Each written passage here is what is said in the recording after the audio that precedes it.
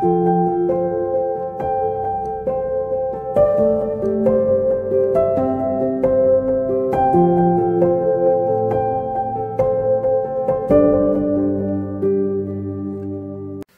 à tous et bienvenue pour ce temps de partage biblique. Ce matin, j'aimerais parler de la vie par procuration. Je pense que nous connaissons, en tout cas la plupart d'entre nous, la chanson de Jean-Jacques Goldman où il parle de vie par procuration. C'est une chanson en fait qui raconte le quotidien, un quotidien atrocement banal, on pourrait dire, d'un individu qui croit à avoir une vie grâce aux informations de la télévision, des magazines, des médias, quoi. Mais en fait, dont le contenu est complètement vide, dépouillé de toute substance qui lui appartienne. C'est, on pourrait dire, le type même de personnage qui se ment quelque part à lui-même sans s'en rendre compte ou en s'en rendant compte. C'est celui qui observe autrui sans s'engager dans sa propre vie. Alors, il peut y avoir diverses raisons, bien sûr, positives ou négatives. Mais ce titre qui est sorti en 85 ne faisait, à mon sens, que prédire la triste réalité du monde dans lequel nous vivons aujourd'hui, on pourrait dire. Parce que 45 ans plus tard, la vie par procréation ne fait que progresser dans notre société moderne. Car de plus en plus de personnes vivent ce qu'on appelle vivre indirectement.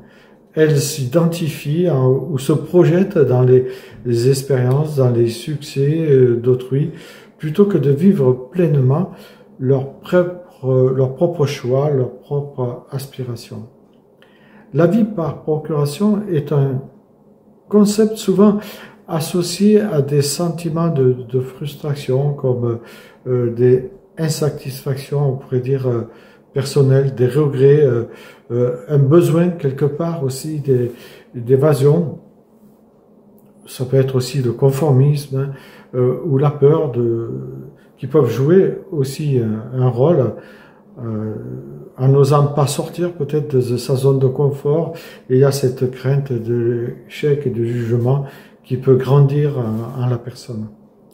Il y a aussi ces rêves qui nous semblent inaccessibles à cause de certaines circonstances qu'elles peuvent être sociales, économiques ou physiques, mais qui empêchent une personne de réaliser certains rêves parce qu'elle ne croit plus en elle.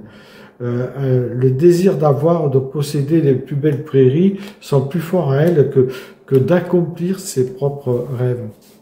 Et ça nous ramène à l'histoire d'Abraham et de son neveu Lot, qui, tant qu'il était près de son oncle, il avait une certaine proximité, on pourrait dire, avec Dieu. Mais une fois séparé de lui, il a commencé à faire des compromis avec les habitants de Lot et à se compromettre quelque part. Ce qui nous laisse à penser qu'il vivait une vie spirituelle par procuration, et non de proximité avec Dieu comme le vivait Abraham. Le fait de vivre par procuration ne lui a pas permis de transmettre, je crois, à ses filles l'amour de Dieu et la communion que lui-même il avait avec Dieu, que son oncle Abraham avait avec Dieu. Le résultat est que ses filles ont fait le choix de transgresser l'interdit absolu en commettant, on le sait, ce fameux inceste que nous voyons dans l'Écriture avec leur père, plutôt que d'accepter de rencontrer des hommes étrangers ou même de demeurer sans descendance. Malheureusement, cela a donné naissance aux peuples qui vont devenir les pires ennemis de Dieu, d'Israël, pendant des siècles, soit les Ammonites ou les Moabites. Et on voit que la faiblesse du positionnement spirituel de Lot a eu des conséquences terribles dans sa vie. Il a été incapable de tenir fermement debout et il s'est mis dans des compromis. Et ces compromis ont eu des effets néfastes, on pourrait dire, mais des effets néfastes en cascade.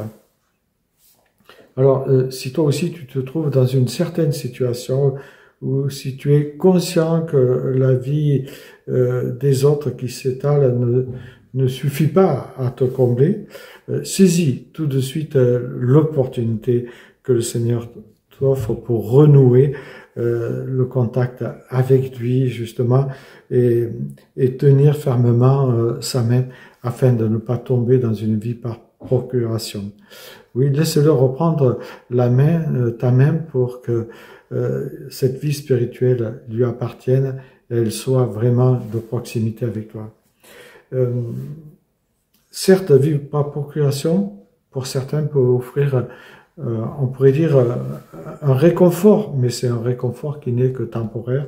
Mais la vraie richesse de la vie réside dans le courage de vivre proprement ces expériences en ayant Dieu aux commandes de sa vie complète.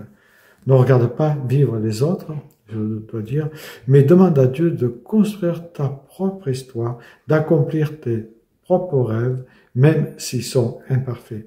Car ce n'est qu'en marchant sur son chemin que tu trouveras le vrai bonheur. Bonne journée à chacune et chacun.